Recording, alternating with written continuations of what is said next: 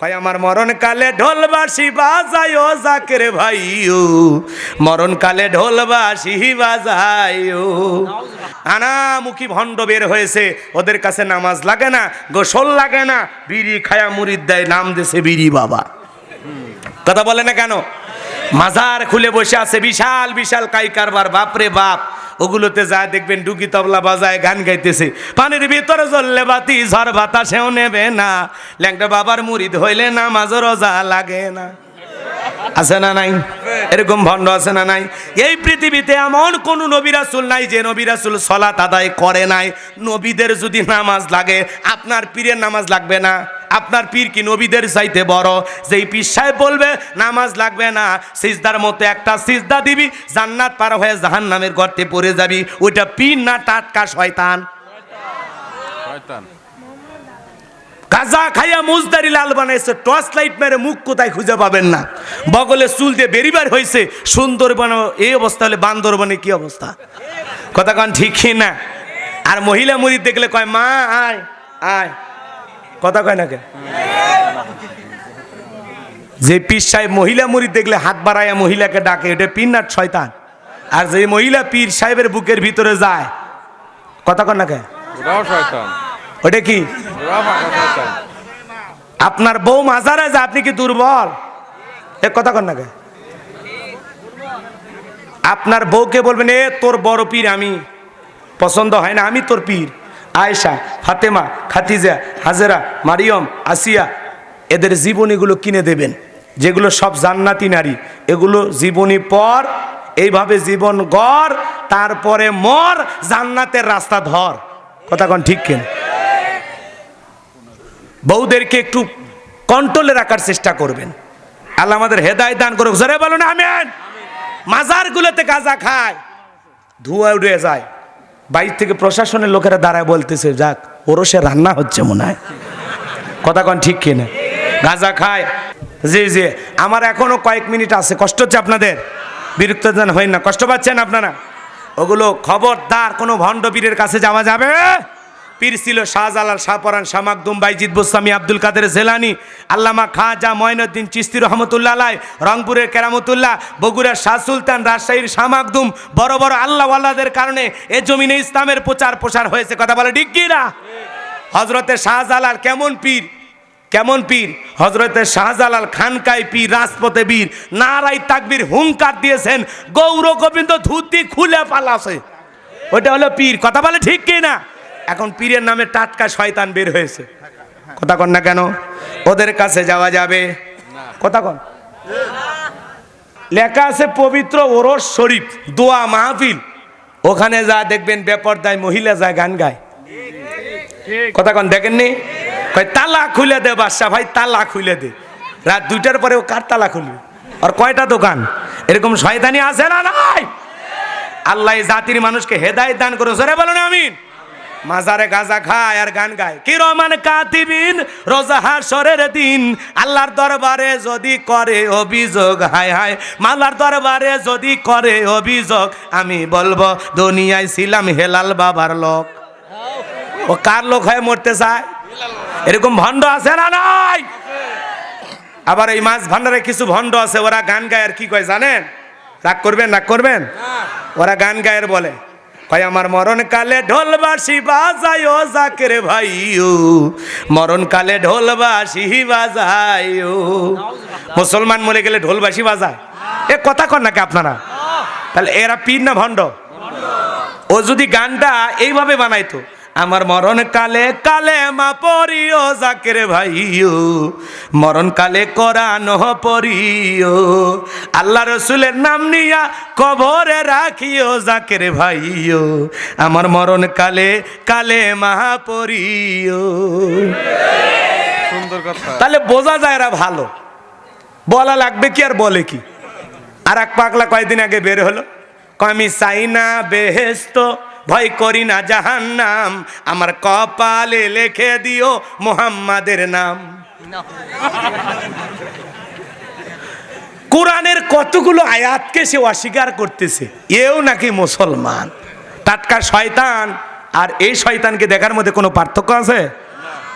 ও বলে জাহান্নাম, মনে করেন বেহেশত তো দরকার নাই, ওই জাহান্নামও ভয় করে না, খালি রসুলের নাম মাথার থাকলেই কাম হয়ে যাবে। এরা আশেকে রাসূলের নামে আশেকে শয়তান, এরা ভণ্ড। কথা বলে ঠিক কি না?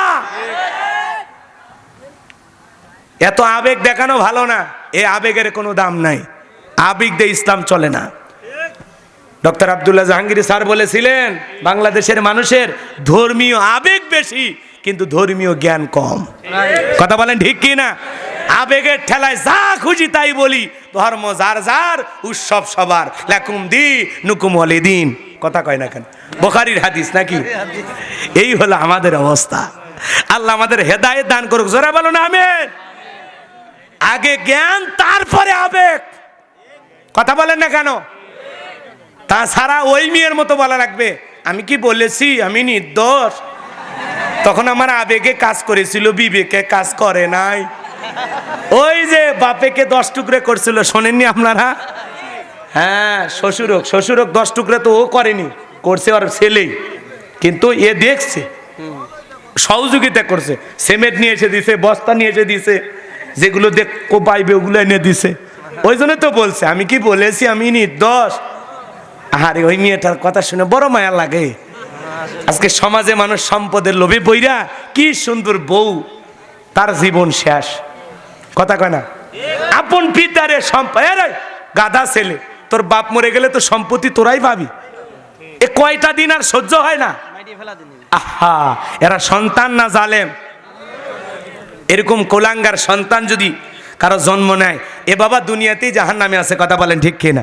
আল্লাহ আমাদের সন্তানগুলোকে মানুষের মতো মানুষ বানানো তৌফিক দান করুন। জোরে বলুন আমিন, আরো জোরে বলুন আমিন। আমার বাবাজিরা, মনের মধ্যে কষ্ট নেবেন না গো মুসলমান ভাইয়েরা, আমার দিলের মধ্যে কষ্ট নেবেন না। আমি যে কথা বলতে চাচ্ছিলাম, যুগ জামানা পাল্টে গেছে, আজকে সমাজে কোনো কথা বলা যায় না। সামনের দিকে যায়, যদি সম্ভব হয় আরো কথা বলবো। যে কথা বলেছিলাম মনে হয় ভুলে গেছেন আপনারা। বাদশা ডেকে বলে, তোমরা নাকি গায়েব জানো, গতকাল রাত্রে স্বপ্নে কি দেখেছি সেই খবরও তোমাদেরকে দিতে হবে, এর ব্যাখ্যা কি হবে তাও দিতে হবে, না হলে 7 দিনের মধ্যে এই সংবাদ যদি আমার কাছে না পৌঁছায়, 7 দিন পরে একে একে ধরবো আর ফাঁসি দিয়ে মারবো। জনগণ টেনশনে পড়ে গেল, বাদশারও টেনশন বেড়ে গেল। এইবার জেলার জেলখানা দিয়ে ঘুরতেছে। নবী দানিয়াল ডেকে বলে, জেলার এইদিকে আসো। দেখে মনে হয় টেনশনে আসো, চেহারার মধ্যে চিন্তার ছাপ। ডেকে বলে, হ্যাঁ আমি টেনশনে আছি, বাচ্চা একটা মারাত্মক স্বপ্ন দেখেছে, স্বপ্নের কথা বলতে যাবে, সে স্বপ্নের কথা ভুলে গেছে। এইবার সে সিদ্ধান্ত নিয়ে জনগণকে জানা দিয়েছে, 7 দিনের মধ্যে যদি বাদশা স্বপ্নে কি দেখেছে এই কথাও বলতে হবে, স্বপ্নের ব্যাখ্যাও বলতে হবে। যদি জনগণ না বলে দিতে পারে, বাদশা 7 দিন পরে সবাইকে ফাঁসি দিয়ে মারবে।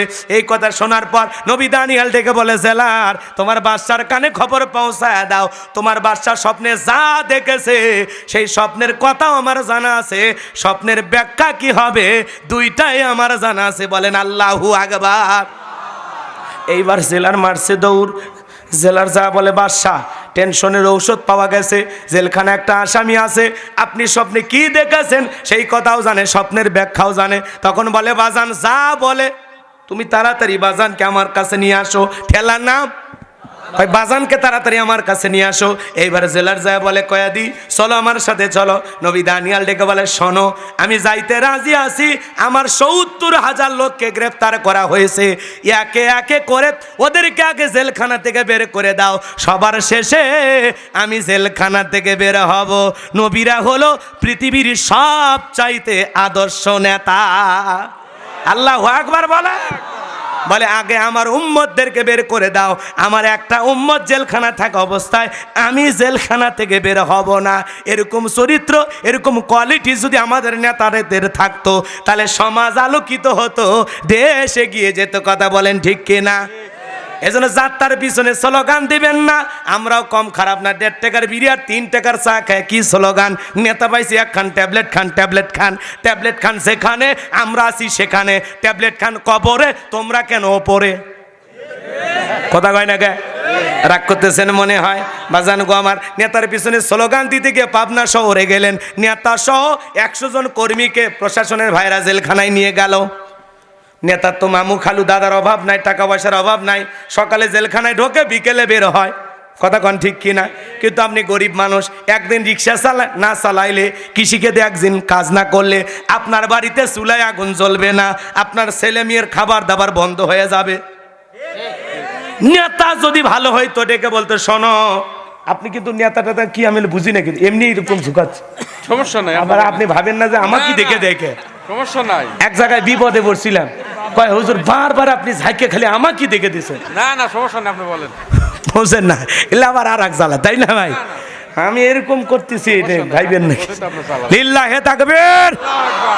শোনেন বাজান, নেতা যদি ভালো হইতো ডেকে বলতো, আমার জামিনের ব্যবস্থা পরে, আমার 100 জন কর্মী আমাকে ভালোবেসে এরা মাঠে খেতে কাজ করে, এদের আগে জামিনের ব্যবস্থা করো, আমার একটা কর্মী জেলখানায় থাকা অবস্থায় আমি নেতা বের হব না। এরা হলো আদর্শ নেতা। আপনি তার পিছনেই দৌড়ান, যে নেতা আপনার বিপদে পাশে দাঁড়াবে, যে আপনার দুঃখে কাঁদবে, আপনার সুখে হাসবে, আপনার বিপদ হয়ে গেলেও আপনার ছেলে মেয়ে পরিবারের পাশে দাঁড়াবে। মিসাইল লাফাইন না, বুঝে শুনে লাফান। এমন নেতার অনুসরণ করা লাগবে যাতে আপনি 2-4-6 মাস জেলখানাতে থাকলেও আপনার বাড়িতে যেন বাজার পৌঁছে যায়। ওই যে দেখলেন না ইসলামী আন্দোলনের কর্মীরা, আরে ওই যে দেখলেন না ধান কেটে বাড়িতে পৌঁছে দিল। কথা কন ঠিক কিনা? এজন্য বাজান গো, বুঝে শুনে হাঁটা লাগবে, যাত্রার পিছনে হাঁটাইয়া কোনো লাভ নাই। আপনি বিপদে পড়লে যে নেতা আপনার জন্য কলিজা দিয়া আগায় আসবে, আপনিও তার জন্য কলিজা দিতে রাজি থাকেন। যে নেতা আপনার জন্য জীবন দিতে রাজি, আপনিও সেই নেতার জন্য জীবন দিতে রাজি। কিন্তু যে নেতা আপনাকে বিপদে ফেলে পিস্টান দিবে, ভেগে যাবে, এমন নেতার পিছনে লাফালাফি কইরা বউ বাচ্চা কষ্ট দেওয়ার কোনো মানেই হয় না। কথা কন, কষ্ট হচ্ছে, বিরক্ত হয়েছেন? তাহলে যাত্রার পিছনে স্লোগান দেওয়া লাগবে না। আদর্শ নেতা বুঝে যাওয়া লাগবে যে নেতার নিজের চোখের পানি আপনার চোখের পানি মনে করে, যে নেতা আপনার সুখে দুঃখে পাশে থাকবে, আপনার বিপদ হয়ে গেলে আপনার পরিবারকে সহযোগিতার হাত বাড়াবে। এমন নেতার পিছনে স্লোগান দিতে রাজি আছি তো ইনশাল্লাহ, এমন দলের সাথে থাকতে রাজি আছি তো ইনশাল্লাহ। আল্লাহ আমাদের কবুল করেন, ইসলামী আন্দোলনের কর্মী বানায়া দেন। জোরে বলেন আমিন। চলেন সামনের দিকে যাই। যে কথা বলতে চাচ্ছিলাম, কথা কিন্তু ভুলে গেলে চলবে না। এইবার জেলার চলে গেছে বাদশাহ, যে আপনার স্বপ্নের কথা জানে, তার একটা শর্ত আছে, তার 70,000 লোককে ছেড়ে দিলে তারপরে সে জেলখানা থেকে বের হবে। বাদশাহ বকতে না সরে ডেকে বলে, ওই বাজান যদি বলে এই জেলখানা কেন, পৃথিবীর সমস্ত জেলখানার আসামি ছেড়ে দিতে রাজি, বাজান যা বলে তুমি তাই করো। বলেন আল্লাহু আকবার। এইবার নবী দানিয়েল আলাইহিস সালামের 70,000 উম্মতকে একে একে ছেড়ে দেওয়া হলো বাজান। সবার শেষে নবী দানিয়েল জেলখানা থেকে বের হলেন। এইবার বাদশার দরবারে প্রবেশ করবেন। ওই দরবারে প্রবেশের নিয়ম হলো বাজান, যত মানুষ প্রবেশ করবে জালেম বাদশাকে সিজদা দিয়ে প্রবেশ করতে হয়, কিন্তু নবী মানুষ কোন জালেমের কাছে মাথা নত করতে পারে? মুসলমানের মাথা কোনোদিন নেতার কাছে নত হবে না, মাজারে নত হবে না। মুসলমানের মাথা নত হবে মসজিদে। মুসলমান আল্লাহর কুদরতি কদমে মাথা নত করবে, দুনিয়ার কোনো নেতার কাছে মাথা নত করা যাবে না। কথা বলে ঠিক কি না? বাতিলের পা চাটা গোলাম হওয়া যাবে না। আজকে আমরা সুবিধাবাদ জিন্দাবাদ, কথা বলে না কেন? টাকার বান্ডিল যেই দিকে, নেতার স্লোগান সেই দিকে। কথা কন ঠিক কি না? রাগ করেছেন? এই জন্য আলেমেরা বিভিন্ন দলে ভাগ হয়ে গেছে। তরকারি, দরকারি, সরকারি, আছে না নাই? তরকারি দাওয়াত পাইলে খুশি, কেউ আবার দরবার খুলে বসে আছে, বোঝেন না? আসো বাবা আসো দরকারে, লাউ কদু মুরগি ছাগল নিয়ে আসো, আমি না খাই, খাইয়া ভুড়িটা বাড়াই। দরবার, ওই দরবারি আলেমকে কেউ টার্গেট করে না, তরকারি আলেমকে কেউ টার্গেট করে না। সরকারি আলেম তো বোঝেনি, কথা কয় না। ম্যাডাম আপনি তো জান্নাতি, কথা কয় না কে? শুনছেন না? আলহামদুলিল্লাহ, আমরা চাই বাংলাদেশের সকল মুসলমান জান্নাতি হয়ে মারা যাক, জান্নাতে যাওয়ার মতো নেক আমল করে মারা যাক। জোরে বলেন আমিন। আচ্ছা, বাংলাদেশের 16 কোটি মুসলমান বা 14 কোটি, ধরেন 12 কোটিও যদি হয়, আমরা যে কয়জনই মুসলমান বাংলাদেশে বসবাস করি, আমরা যদি সবাই একই জান্নাতে যাই, কি ভাই জায়গা কম হবে? আল্লাহ মনে হয় আমাদের জায়গা দিতে পারবে না। না নাউজুবিল্লাহ। এটা আমাদের দিলের তামান্না যে আপনি যে ভালো কাজগুলো করতেছেন এই ভালো কাজের বিনিময়ে আল্লাহ যেন আপনাকে জান্নাত দেয়, এই কথা আমি বলতে পারবো, কিন্তু কনফার্ম কাউকে ডাইরেক্ট বলা যাবে না যে আপনি জান্নাতি। কথা বলে ঠিক কি না? আল্লাহ আমাদের হেদায়েত দান করুন, জোরে বলুন আমিন। রাগ করতেছেন? এদেশের সবাই জান্নাতে যাক, আমরা চাই না? কথা কয় না? যারাই ভালো কাজ করবে তাদের জন্য আমাদের দোয়া ভালোবাসা আছে না নাই? কিন্তু আমরা কথা বলার সময় একটু হিসাব নিকাশ করে বলবো। আল্লাহ বক্তা শ্রোতা সবাইকে সঠিক বুঝদান করুন। আমরা কারো সমালোচনা করতে চাই না, কাউকে গালিগালাজ করতে চাই না, কারো নাম ধরে আমরা কোনো বক্তব্য দিতে চাই না। কথা বলে ঠিক কি না? যা বলবো সংশোধনের উদ্দেশ্যে বলবো। কথা বলেন, কারণ তেলের ওপর দুনিয়া চলে। মেয়েটার চেহারা একেবারে খারাপ, যদি বলা হয় তোমার যে চেহারা পৃথিবীর কোনো নায়িকাও তোমার সাথে পারবে না, এত অপরূপা সুন্দরী তুমি। মেয়েটা যদিও কালেনি হয়, কালো হয়, চেহারা ভালো না, বাড়ির যা কমপক্ষে 500 বার আয়না দেখবে, আসলে কি আমি সুন্দর? কথা কয় না কেন? প্রশংসা কার না ভালো লাগে? কথা বলেন না কেন? এই যে আমি বয়ান করতেছি, যদি বলে হুজুর আপনার ওয়াজ সেই ভালো, চমৎকার, মারাত্মক বয়ান দিয়েছেন, এরকম ওয়াজ হওয়া দরকার, আমি তো খুশি। হুজুর আগামী বছর আল্লাহ বেঁচে রাখলে আপনার আবার দাওয়াত দেওয়া হবে, আমি তো সেই খুশি। কথা কয় না কেন? মনে মনে কুমুটি যদি ভাবে হুজুর যে অবস্থা মাদ্রাসার, যে হালাকিকত খরচই উঠে কি না, আর আপনার দাওয়াত, কথা কয় না কেন? তো এই হলো অবস্থা। কথা কন ঠিক কি না? তো প্রশংসা করলে সবারই ভালো লাগে, কথা বলে ঠিক কি না? তা প্রশংসা করেন, সেটা যেন একটা সীমা রেখা থাকে। কথা বলেন না কেন? নির্দিষ্ট একটা সীমা থাকে, লিমিট ক্রস করা যাবে না। কথা বলেন ঠিক কি না? আল্লাহ আমাদের বোঝার তৌফিক দান করুন, জোরে বলুন আমিন। কোন কথা বলছিলাম মনে হয় ভুলে গেছেন? বাজান গো আমার, আল্লাহর নবী দানিয়েল সাল্লাম কি কোন বাদশার কাছে মাথা নত করবে? তিনি কি করলেন? দেহটাকে আঁটোসাঁটো করে, মাথাটাকে উঁচু করে, কৌশল করে বাদশার দরবারে প্রবেশ করলেন। বাদশা বখতেনাছর ডেকে বলে, যত মানুষ আমার দরবারে প্রবেশ করে সবাই মাথা নত করে প্রবেশ করে, তুমি কেন মাথা নত করলা না? নবী দানিয়েল ডেকে বলে, আপনার স্বপ্নের কথা যে আমার মাথার মেমোরির মধ্যে সেভ করে দিয়েছে, তার কথা হলো তাকে সারা দুনিয়ার কারো কাছে মাথা নত করা যাবে না, বিদায় আমি মাথা নত করি নাই। আর যদি মাথা নত করতাম, সে যদি আপনার মতো স্বপ্নের কথা ভুলাইয়া দিত, আপনি আমাকেও মারতেন, টেনশনে আপনিও মারা যাইতেন। তখন বাদশা বখতেনাছর ডেকে বলে, বাজান আসলেই তোমার মাথায় বুদ্ধি আছে, তুমি যা করেছো ঠিক করেছো, জোরে বলেন মারহাবা। নবীদের বুদ্ধি থাকবে না থাকবে কি ওদের মতো জালেমের? এইবার চেয়ার থেকে উঠলেন, নবী দানিয়েল সাল্লামকে চেয়ারের মধ্যে বসায়া দিলেন। তাহলে জেলখানা থেকে চেয়ারে বসায়া দেন তিনি কে? আল্লাহ যো আছে না নাই? খালি বয়স বাড়ছে মনে হয়, নাউজুবিল্লাহ কোন। এইবার বাদশা বখতেনাছর পয়গাম্বরকে চেয়ারে বসায় দিয়ে ডেকে বলে, বাবা তাড়াতাড়ি করে তুমি স্বপ্নের কথা বলো। সেই স্বপ্নের কথা না জানা পর্যন্ত আমার টেনশনে চোখ দুটো আমি এক করতে পারি না, তাড়াতাড়ি করে বাবা তুমি আমার স্বপ্নের কথা বলো। নবী দানিয়েল সাল্লাম এইবার বাদশার স্বপ্নের কথা বলবেন, আপনারা কি পুরোটা শুনবেন? কারা কারা একটু হাত তোলেন? লিল্লাহে তাকবীর, লিল্লাহে তাকবীর। হাত নামান, আল্লাহ কবুল করুন, জোরে বলুন আমিন। আমার ভাইরা কষ্ট পাচ্ছেন মনে হয়, আয়াত বাকি আছে আরো কয়টা? তাহলে 1 নাম্বার আয়াত, তাবারাকাল্লাযী বিয়াদিহিল মুলকু ওয়া হুয়া আলা কুল্লি শাইইন কাদির। মহামান্বিত সেই সত্তা যার হাতে সর্বময় কর্তৃত্ব, রাজত্ব পাওয়ার ক্ষমতা, তিনি বলেন সর্ববিষয়ে শক্তিবান। তাহলে সকল ক্ষমতার একমাত্র মালিক কে? আরো জোরে বলেন কে? তাহলে 2 নাম্বার যে আয়াতি কারিমা, 10টা মিনিট যদি লাগে আপনাদের কষ্ট হবে। একটা আয়াত বুঝানোর জন্য 10টা মিনিট আমারে দেবেন বাজান। এইবার একটু দিলটা নরম করে গুনাহগারের কথা শুনবেন।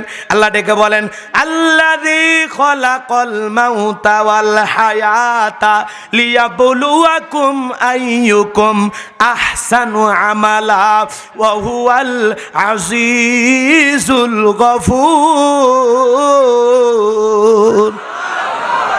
আবার আল্লাহ রাব্বুল আলামিন ডেকে বলেন, আল্লাযী খালাকাল মাউতা ওয়াল হায়াতা, যিনি সৃষ্টি করেছেন মৃত্যু আর জীবন, লিয়াবলুয়াকুম আইয়ুকুম আহসানু আমালা, আমি আল্লাহ তোমাদেরকে পরীক্ষা করে দেখব আমলের দিক দিয়ে কার আমল কত বেশি ভালো। যার আমল ভালো তার আখেরাত ভালো, বলেন আল্লাহু আকবার। আল্লাহ পরীক্ষা করে দেখবেন আমলের দিক দিয়ে কার আমল কত বেশি উত্তম, কার আমল কত বেশি সুন্দর, কথা বলেন ঠিক কি না। আল্লাহ সর্বপ্রথম কি বললেন, আল্লাযী খলাকাল মাউতা আল হায়াতা, যিনি সৃষ্টি করেছেন মৃত্যু আর জীবন। আল্লাহ সর্বপ্রথম মৃত্যুর কথা কেন বললেন, কারণ আছে না নাই বাজান গো? দুনিয়াতে আসার একটা সিরিয়াল আছে, যাওয়ার কিন্তু কোনো সিরিয়াল নাই। দাদা আসছে, দাদার পরে বাবা আসছে, বাবার পরে আমি আসলাম, আমার পরে আমার সন্তানেরা দুনিয়াতে আসলো। কিন্তু যাওয়ার বেলায় বাজান গো আমার দাদার আগে নাতি চলে যায়, বাবার আগে সন্তানেরা চলে যায়। দুনিয়াতে আসার খবর 9 মাস আগে 10 মাস আগে জানা যায়, কিন্তু যাওয়ার বেলায় 9 সেকেন্ড আগেও জানা যায় না কার কখন বিদায়ের ঘন্টা বাজবে।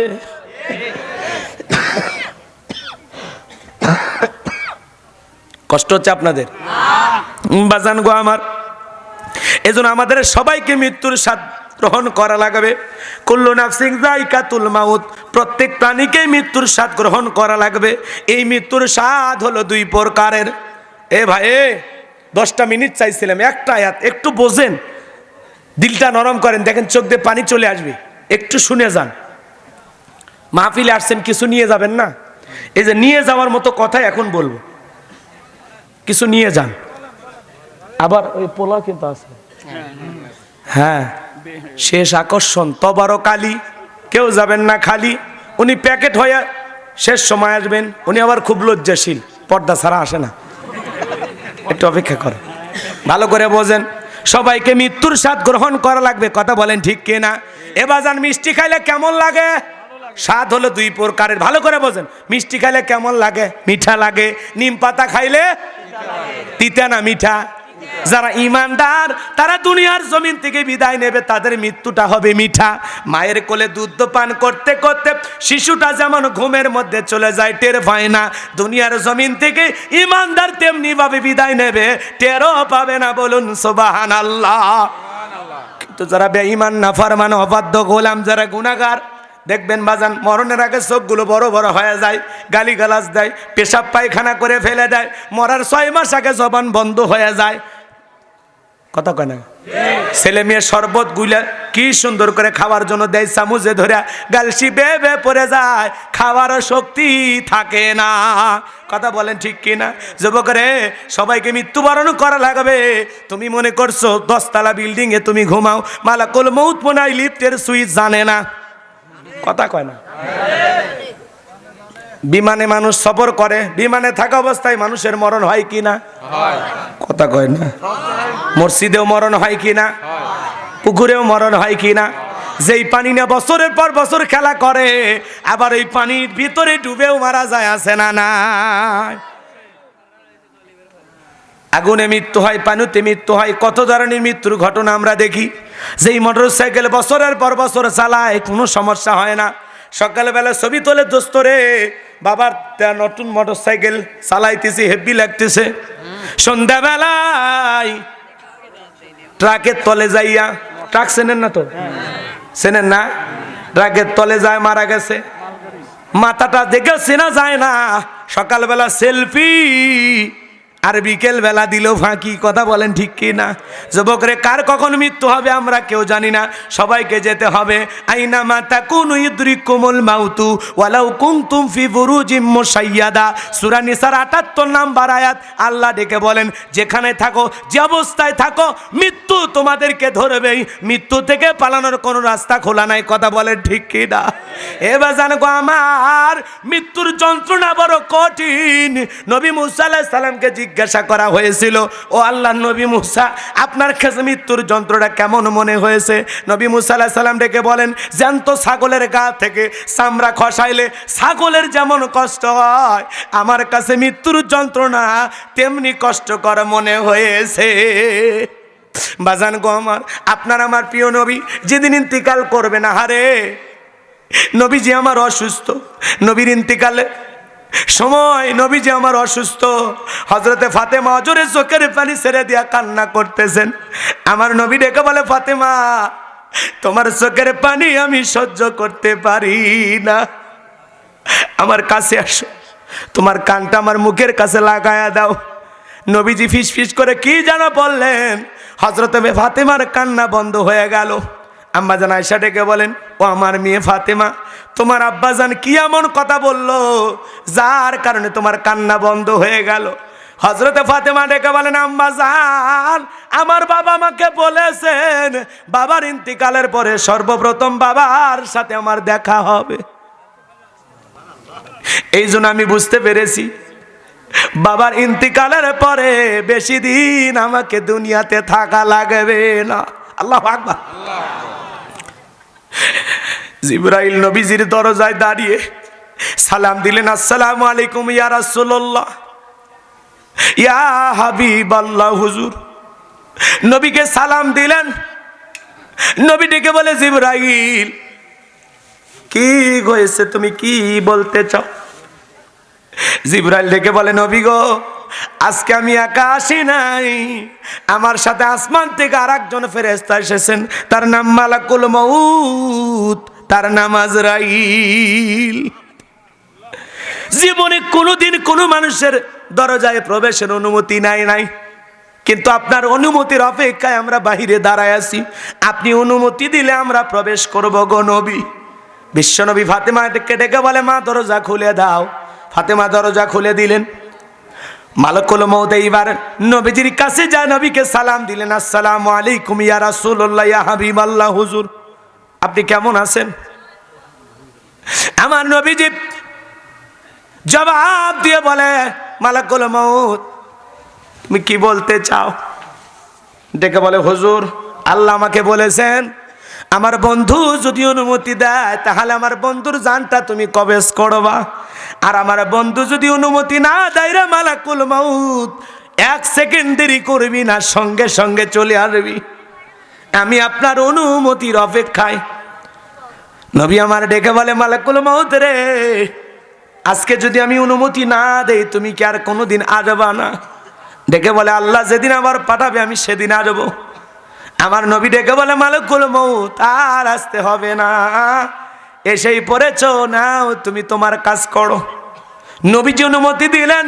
এইবার মালাকুল মউত যখন নবীজির জানটা কবজ করার জন্য নবীজির বুকের ওপরে হাত রেখে দিয়েছেন, আমার নবীজি চোখের পানি ছেড়ে দিয়ে কাঁদেন আর ডেকে বলেন, মালাকুল মউত রে, তাড়াতাড়ি বুক থেকে হাতটা নামায় আনে, আমি আর সহ্য করতে পারি না। আমার নবী ডেকে বলে, মালাকুল মউত, এই যদি হয় মৃত্যুর যন্ত্রণা, আমার উম্মতেরা কেমনে সহ্য করবে রে, কেমনে সহ্য করবে? মালাকুল মউত ডেকে বলে, নবী, আমার আল্লাহ আমাকে বারবার বলেছেন, মালাকুল মউত রে, আমার বন্ধুর জানটা কবজ করার সময় খবরদার বন্ধুর সাথে যেন কোনো বেয়াদবি না হয়। বিশ্বাস করেন গো নবী, দুনিয়ার সব চাইতে কম কষ্ট দিয়া সতর্কতার সহিত আপনার জানটা বের করার আমি চেষ্টা করতেছি, আপনার চাইতে কম কষ্ট দুনিয়ার কাউকে আমি কোনোদিন দেই না। আমার নবী ডেকে বলে, মালাকুল মউত রে, এই যদি হয় মৃত্যুর সব চাইতে কম যন্ত্রণা, না জানি আরো বেশি যন্ত্রণা হলে মানুষের আরো কত কষ্ট হয়। মালাকুল মউত রে, আমার জানটা বের করার আগে আমার কাছে ওয়াদা দে, আমার উম্মতের কষ্ট দিবি না, আমার উম্মতের সাথে ভালো আচরণ করবি, আমাকে ওয়াদা দে। মালাকুল মউত ডেকে বলে, নবী, আপনার উম্মতের মধ্যে যারা আপনার পথে চলবে, আপনার আদর্শ মানবে, কোরআন সুন্নাহ দিয়ে জীবনটা সাজাইবে, নবী গো, যারা সিরাতাল মুস্তাকিমের প্রতীক, নবী গো, যারা নেক আমল করবে, আমি আপনার কাছে ওয়াদা দিলাম তাদের জানটা কবজ করার সময় আমি তাদের সাথে ইহসান করব, ভালো ব্যবহার করব, তাদের কষ্ট যেন কম হয় সেই ব্যাপারে আমি খেয়াল রাখবো। আল্লাহু আকবার। এবার নবী কিছুটা সুস্থতা বোধ করলেন, আবার যখন অনুমতি দিলেন, আবার যখন দুইটা হাত নবীর বুকের ওপরে রেখে দিয়েছে, আমার নবী ডেকে বলে, জিবরাইল, আজরাইল রে, এ আজরাইল, হাতটা তাড়াতাড়ি নামায় নে, আমি আর সহ্য করতে পারি না। আমার নবী তখন ডেকে বলে, আজরাইল, আমার কাছে মনে হয় পাহাড় আমার বুকের ওপরে চেপে ধরা হয়েছে। এই যদি হয় মৃত্যুর যন্ত্রণা, আমার উম্মতেরা তো সহ্য করতে পারবে না। আমার নবী ইন্তিকালের পূর্বেও ভেবেছেন বারবার উম্মতের কথা, এমন দরদের নবী আর পাওয়া যাবে না। কথা বলেন, এমন ভালোবাসার নবী আমরা পাইছি। তারপরে কপাল পোড়া উম্মত, নবীকে ভালোবেসে মুখে দাড়ি রাখি না, মাথায় টুপি পরি না, লম্বা জামা পরি না, রসুলের সুন্নত আমল করতে আমাদের ভালো লাগে না। কথা বলেন না কেন? কষ্ট হচ্ছে আপনাদের? সালে নবীর জানটা কবেজ করার সময় কেমন হয়েছিল বাজান গো আমার?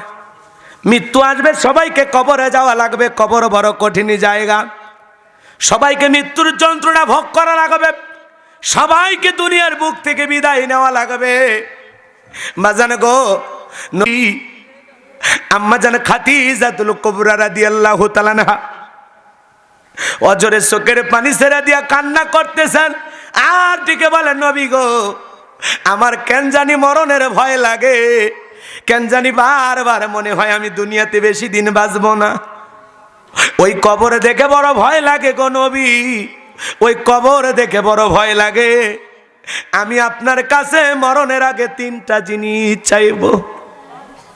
আমার নবী দেখে বলে, খাদিজা, মক্কায় যখন আমাকে আশ্রয় দেওয়ার কোনো মানুষ ছিল না, বুক বড় ভালোবাসা দিয়ে বুকে টেনে নিয়েছো, যার সম্পদ ছিল আমার কদম মুবারকে কুরবানি করেছো, জীবনে কোনোদিন কোনো কিছুই চাও নাই, আজকে তুমি আমার কাছে 3টা জিনিস চাও। ও আমার খাদিজা, তুমি আমার কাছে যা চাইবা আমি নবী আজকে তোমাকে তাই দেব। বাংলাদেশের কোনো বউকে যদি আপনি বলেন, বিবিরে 3টা জিনিস যা যা চাইবি বল, আমি দেব, ও প্রথমে চাইবে 50 ভরি সোনার গহনা, এরপরে বলবে 10 তলা একটা বিল্ডিং বাড়ি, তারপরে বলবে তোর মতো পুরান স্বামী দেওয়া হবে না, স্মার্ট সাকিব খান লাগবে। কথা কয় না কে? রাগ করতেছেন? না না, বিরক্ত হয়েছেন? কারণ আমাদের মা বোনদের লোভ আছে না নাই? জোরে বলেন, আছে না নাই? এত লোভ, এত লোভ বাজান গো আমার, ওই কথাগুলো আমি বলতে গেলে আপনাদের অনেক কষ্ট হবে। আজকের মা বোনদেরকে কন্ট্রোল করাই কঠিন। ওই যে ভারতের পুনের একটা ঘটনা, কথাকে বোঝেন নাই? ভারত চলে গেলাম, একজন করছে হুজুর ভারত গেল। কষ্ট হচ্ছে আপনাদের না? বিরক্ত হয় না বাজান গো আমার? আমি গুনাহগার, আপনাদের উদ্দেশ্যে যে কথা বলতে চাচ্ছিলাম গভীর মনোযোগ দিয়ে শুনবেন। যে কথা বলতে চাচ্ছিলাম বাজান, ভারতের পুনের একটা ঘটনা, স্বামী স্ত্রী একটা জন্মদিনের একটা গিফট চাই স্বামীর কাছে, আমাকে একটা গিফট দাও। স্বামী বলে আমি এত দামি গিফট পাবো কোথায়? স্ত্রীর রাগান্বিত হইয়া হাতাহাতি করতে করতে অভিমান কইরা স্বামীর এমন একটা ঘুষি মারছে নাক আর মুখকে কেন্দ্র কইরা, ঘুষিতে দাঁত পড়ে গেছে, রক্ত পড়তে পড়তে স্বামীটা মারা গেছে। স্ত্রীর এক ঘুষিতে স্বামী দুনিয়ার থেকে শেষ। ভারতের ঘটনা, কষ্ট পাচ্ছেন আপনার? নিউজ প্রচার হয়েছে বাজান গো আমার। চিন্তা করেন, জন্মদিনের গিফট না পাওয়ার কারণে যে স্ত্রী স্বামীকে ঘুষি দিয়ে মারতে পারে, এমন বউ যারা পাইছে, এরা বউ পায় নাই, পাইছে দুনিয়াতে ডাইনি। কথা কোন ঠিক কি না? আল্লাহ আমাদের হেদায়েত দান করুন। জোরে বলুন আমিন, আরো জোরে বলুন আমিন। স্ত্রী যদি ভালো হয় দুনিয়াতে আপনি জান্নাতে থাকবেন, আর স্ত্রী যদি খারাপ হয় প্রতিদিন জাহান্নামে থাকবেন। কথা বলেন ঠিক কি না?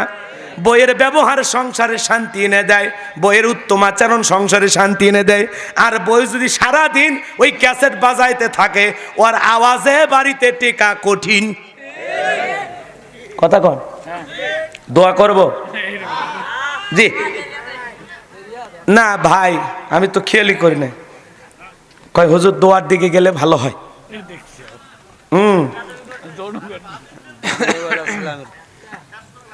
জি শেষ করব। আপনারা কি চান এই মাদ্রাসার মাহফিলটা প্রত্যেক বছর হোক? চান না? অনেকে সহযোগিতা করেন না, এখনো সুযোগ হয় নাই। যদি পারেন ছেলে পেলে গেলে একটু সহযোগিতার হাত বাড়াবেন, আল্লাহ কবুল করেন। ভাই গেলে একটু দিয়ে দেবেন। আমি এদিক খেয়াল করেন, মা বোনদের উদ্দেশ্যে বলে যায়, মা আম্মা জান খাদিজাতুল কুবরা ডেকে বলেন, নবী গো, দুনিয়ার কোনো সম্পদ আপনার কাছে চাই না, আমার এক নাম্বার চাওয়া যেই জুব্বাটা পরে মেরাজ করেছিলেন নবী গো, আমার ইন্তিকালের পরে ওই জুব্বাটা আমার কাফনের কাপড় বানায়া দেবে। ও নবী, আমার ইন্তিকালের পরে আপনি জানাজার নামাজ আদায় করবেন, আমাকে কবরে রাখার আগে আপনি একটু কবরে গড়াগড়ি দেবেন। আমার যতক্ষণ কবরের সলজব না হবে নবী গো, ততক্ষণ পর্যন্ত আপনি আমার কবর থেকে আসবেন না। আমার নবী ডেকে বলে, খাদিজা তোমার কষ্ট হচ্ছে না? না ভাই বিরক্ত হইন না, না না এখনই দোয়া করে তো। আমার ভাইরা যে কথা বলতে চাচ্ছিলাম, আমার নবী ডেকে বলে, খাদিজা আমার আগে যদি তুমি চলে যাও আমাকে ছেড়ে, কথা দিলাম গো আমি তোমার চাওয়াগুলো পূরণ করে দেব। বলেন আল্লাহু আকবার। অল্প দিনের ব্যবধানে আম্মাজান খাদিজাতুল কুবরা রাদিয়াল্লাহু তাআলা ইন্তিকাল করলেন। নবীজির প্রিয়তমা স্ত্রী যখন মারা গেলেন, নবীর মিয়াগুলো আঝরে কান্নাকাটি করতে লাগলেন। হযরতে ফাতেমা চোখের পানি ছেড়ে দিয়ে কান্না করেন, কিন্তু জবানে কোনো আওয়াজ নাই। আল্লাহু আকবার বলে। চোখে পানি আছে কিন্তু মুখে কোনো আওয়াজ নাই। অন্য মেয়েরা কান্না করতেছেন, জবানে আওয়াজও আছে। অনেক মা বোন দেখবেন কান্নাকাটি করে, বিলাপ করে, শব্দ কইরা, কথা কয় না কে, কয় আব্বা আমার খাট দিবার চাইছিল রে, আব্বা মারা গেছে, এখন আমার খাট কিনা দেবে কে? বড় ভাই ডেকে বলে, বোন কান্দিস না, আব্বা মরে গেছে, আমি কি মরছি, আমি তো খাট কিনে দেবো। এখন এইবার খাট বাদ দিয়ে অন্য আর একটা বায়না করে, এরকম আছে না নাই? মন খারাপ করতেছেন মনে হয়। বাজান গো, গভীরে মনোযোগ দিয়ে শুনবেন। অনেক মা বোন আছে কান্নাকাটি করে। মানুষ মারা গেলে বিলাপ করে কান্নাকাটি করা যাবে না। কাঁদতে কাঁদতে শাড়ি কোন দিকে থাকে বেসাইজ হয়ে যায়, তাও আর স্মরণ থাকে না। মানুষ মারা গেলে ওই জায়গায় ভিড় কমে না বাড়ে, তো ওই জায়গায় পর্দা রক্ষা করা লাগবে না। ও একবারে বালু মাটি সত্যাছে আর কান দিচ্ছে, বাবা সেদিনই আমার বাড়িতে গেছিল রে, আমার হাতের পিঠা খাইয়া কয় কি যে স্বাদ হসে রে। আছে না? এগুলো করা যাবে না। কাঁদবেন, জায়নামাজে কাঁদেন, কাঁদবেন কোরআন তেলাওয়াত করে কাঁদেন, কাঁদবেন মোনাজাতে কাঁদবেন। কথা বলে ঠিক কি না? জায়গা মতো কান্না করেন, আপনার চোখের পানির বিনিময়ে আপনার পিতা মাতাকে আল্লাহ মাফ করে দিতে পারে। জায়গা ধুয়ে জায়গাত কান্নাকাটি করে, রাস্তার লোক দেখায়। ছেলে পেলে আপনাদের মাঝে গেছে, সবাই একটু দিয়ে দেবেন বাজান, দর্শন লাঠিয়ে করবো। আল্লাহ সবাইকে সহযোগিতা করা তৌফিক দান করুন, জোরে বলুন আমিন। যাই হোক, কথা আর না বাড়াই, অনেক কথা বলার ছিল, সামনের দিকে আর না যাই। আল্লাহ বক্তা শ্রোতা সবাইকে বলে দেব, কিন্তু শেষ করে দেওয়াই ভালো, তাই না? কষ্ট হচ্ছে আপনাদের না? কবরের কথা আপনারা শুনবার চান না তো, বুঝবার পারছি। শোনেন, কবর কিন্তু কঠিন জায়গা, সবাইকে যেতে হবে কবরে। কথা বলেন ঠিক কিনা? ওই অন্ধকার কবর বড় কঠিন। বাজান নবীর স্ত্রী হওয়ার পরেও কবর দেখে কান্না করেছেন, আর আপনার আমার চোখে পানি আসে না।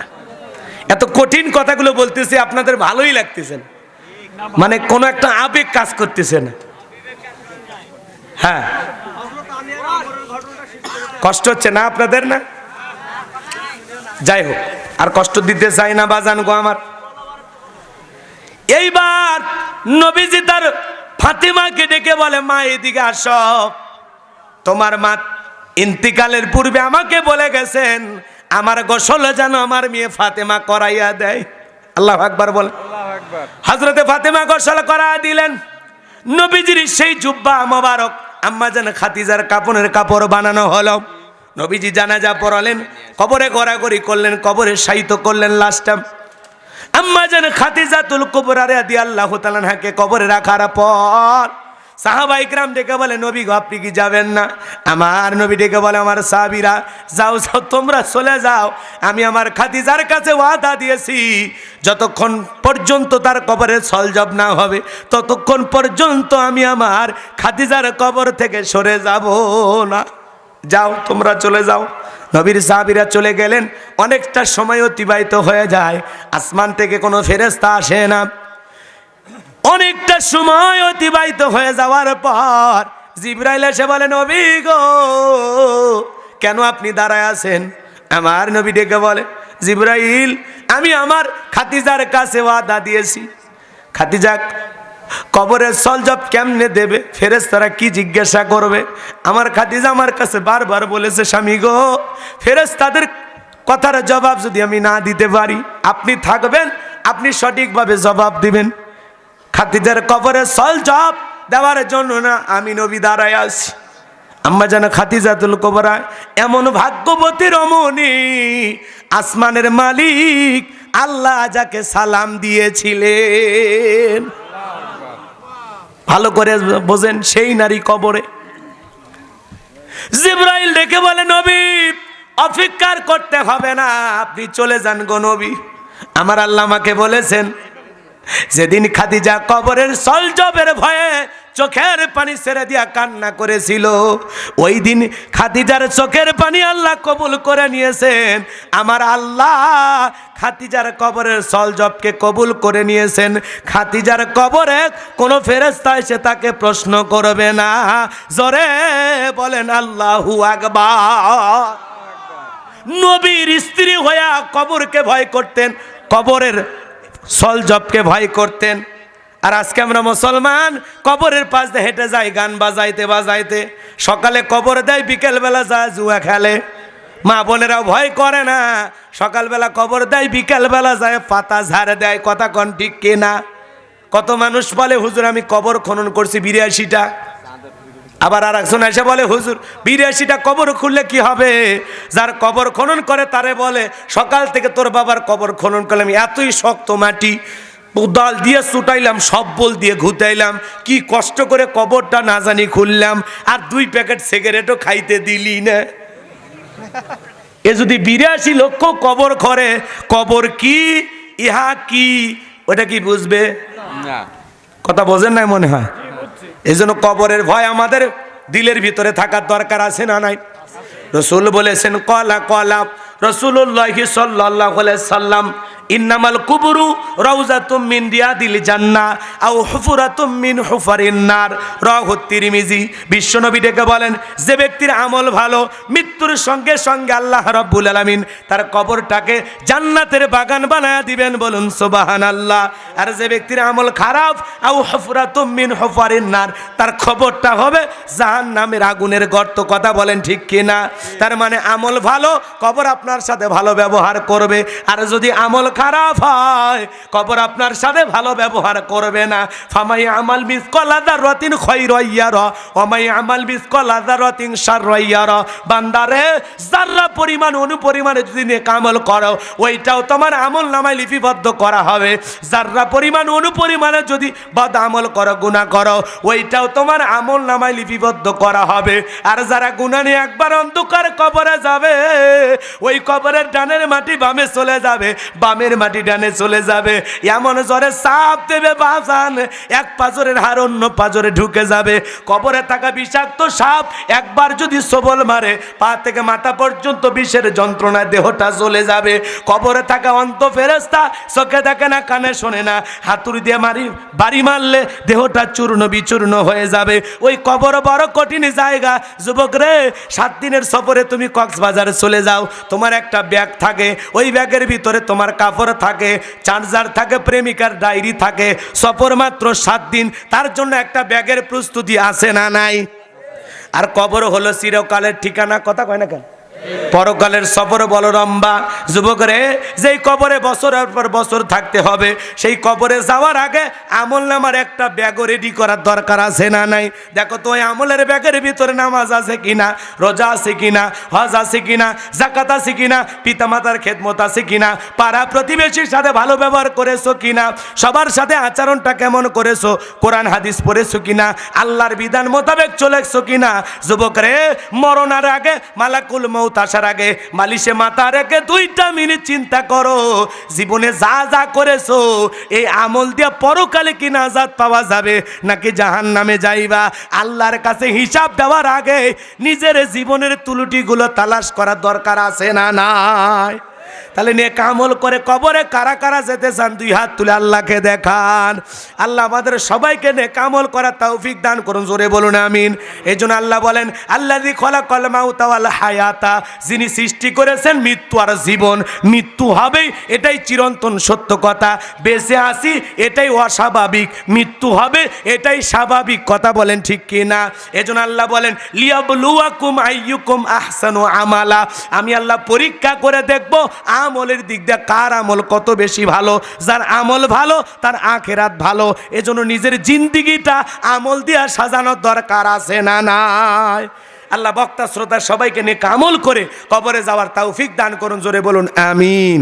আরো জোরে বলুন আমিন। আখিরি দাওয়ানা আনিল হামদুলিল্লাহি রাব্বিল আলামিন। সকলে দোয়ার দিকে যাই।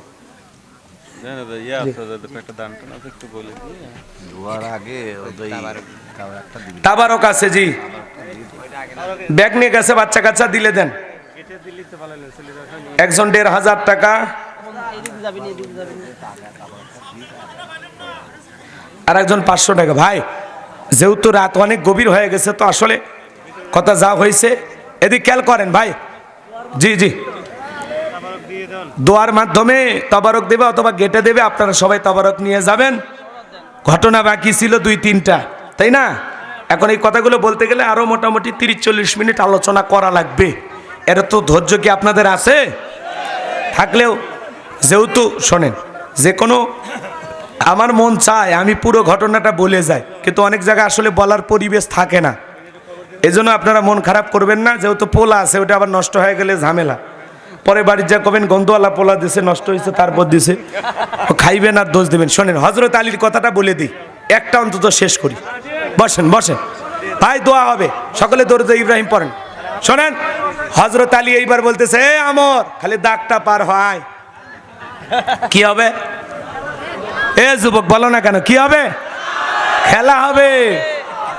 হযরত আলী যখন বলেছে এই কাফেরের বেটা, তোর সাহস থাকলে খালি দাগটা পার হ, এ আয়, নাম বলেন 1000 টাকা। লিল্লাহে তাকবীর, লিল্লাহে তাকবীর। আল্লাহ কবুল করেন, জোরে বলেন আমিন। হযরত আলী এইবার তাকায়া দেখে আমরের কাঁধে থাকা 3.5 মণ ওজনের তরবারি আল্লাহ কাঠের তক্তা বানাইয়া দিয়েছে। এইবার আমর যখন 1 পা 2 পা করে সামনে আগায়, 3 পা পিছনে যায়, ডাক বরাবর যেই আসছে, হযরত আলী তখন শুধুমাত্র কাঁধে তরবারি ঠেকাইছে। আমরের কাঁধে তরবারি ঠেকাইতে দেরি, আল্লাহ দেহ থেকে কাল্লা ফেলাইতে দেরি করে নাই। জোরে বলেন আল্লাহু আকবার। এজন্য আমার আল্লাহ ডেকে বলে আমার নাম আল্লাহ। যারা দিতে চাই আমি এবং আমার রাসূলের সাথে পাল্লা, আমি রাখবো না তাদের ঘাড়ে কাল্লা। চিৎকার মেরে বলেন সুবহানাল্লাহ। দুনিয়ার কোন জালেম আল্লাহর সাথে পাল্লা দিয়া টিকতে পারে? জোরে বলেন আল্লাহর সাথে পাল্লা দিয়ে কেউ টিকে থাকতে পারে? আজকেও যারা মুসলমানের রক্ত দিয়ে হাত রাঙাছে, মনে রাখবেন, যারা মুসলমানের রক্ত নিয়ে খেলা করতেছে, ইসলামকে উৎখাত করার গভীর ষড়যন্ত্র করতেছে, নমরুদ পারে নাই, ফিরাউন পারে নাই, আজকের জামানার নব্য আবু জেহেল, নব্য ফিরাউন, এরাও পৃথিবীর জমিন থেকে ইসলামকে বিদায় করতে পারবে না, পারবে না, পারবে না ইনশাআল্লাহ। যারা ইসলামের গায়ে হাত দিয়েছে ওরাই ধ্বংস হয়েছে, যারা আলেমদের দাড়িতে হাত দিয়েছে ওরাই ধ্বংস হয়েছে। কথা বলে ঠিক না? এই জমিনে যত মানুষ বাড়াবাড়ি করেছে ইসলাম আলাদের সাথে, তত মানুষের জীবনের শেষ পরিণতি ভয়ঙ্কর হয়েছে। কথা বলে ঠিক না? আল্লাহ বক্তা শ্রোতা সবাইকে এই কথাগুলোর উপরে আমল করার তৌফিক দান করুন। আল্লাহুম্মা আমিন।